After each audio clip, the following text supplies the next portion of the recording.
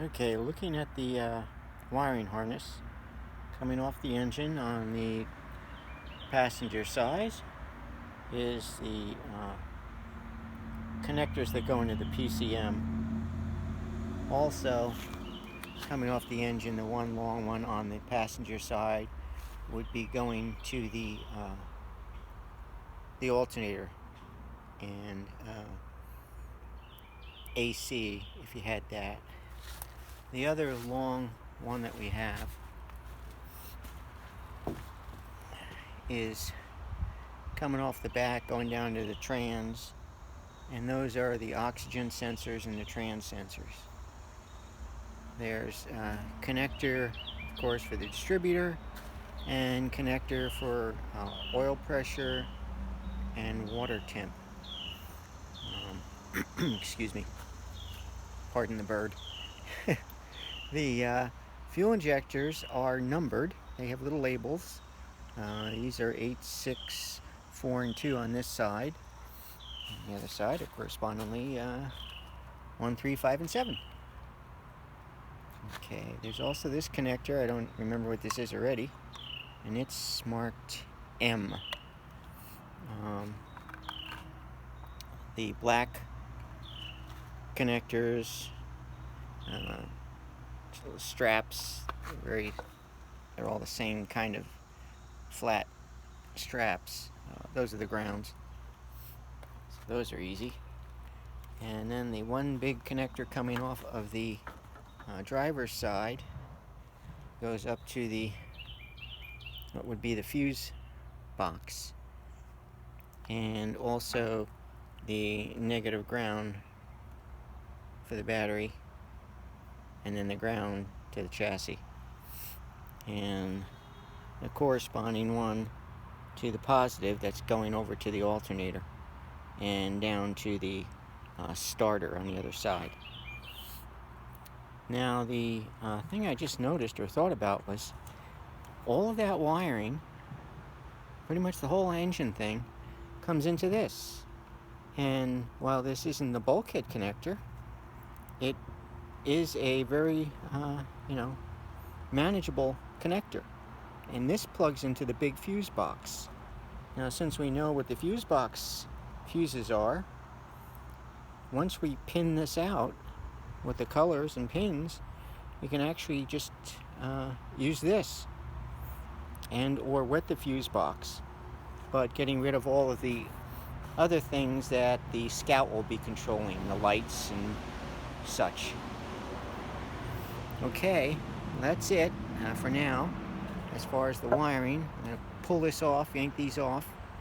There's a water temperature gauge, I imagine, right there. And then start knocking it down. I'll start probably with the water pump, then the intake manifold, the valve covers,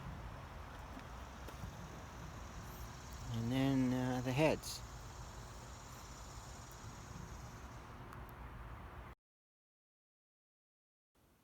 Here we have the complete wiring harness, the engine, laid out on the ground in relative position to where it would be on the engine. So at the back end we have the what I believe are the four-wheel drive connectors, but we didn't have four-wheel drive in this vehicle, but they're still there. And then we have the two transmission connectors for the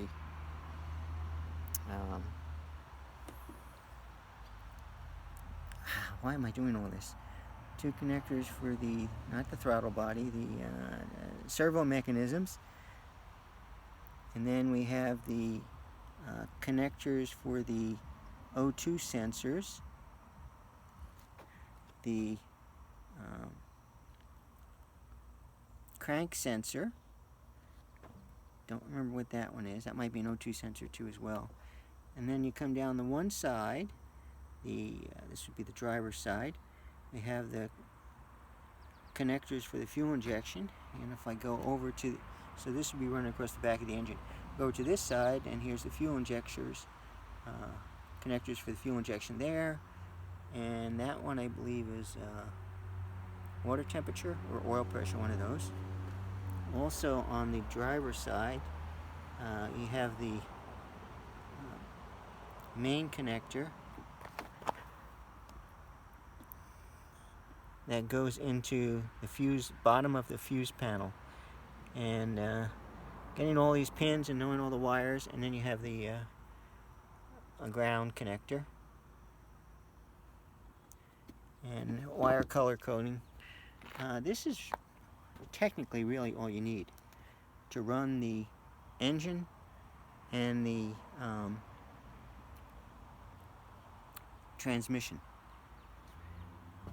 as far as the harness goes. And we come away from on the passenger side, there's the one that goes along the fenders, and that goes into the connectors that go into the PCM and TCM. I believe this is the PCM and this is the TCM, if I'm not mistaken. Okay, and I'll clean this all up. I'll put my labels on it, take another picture, and lay it out, explain